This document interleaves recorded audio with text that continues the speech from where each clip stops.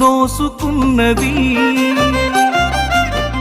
అందుకనే పసుపు పారాని పూసుకున్నది.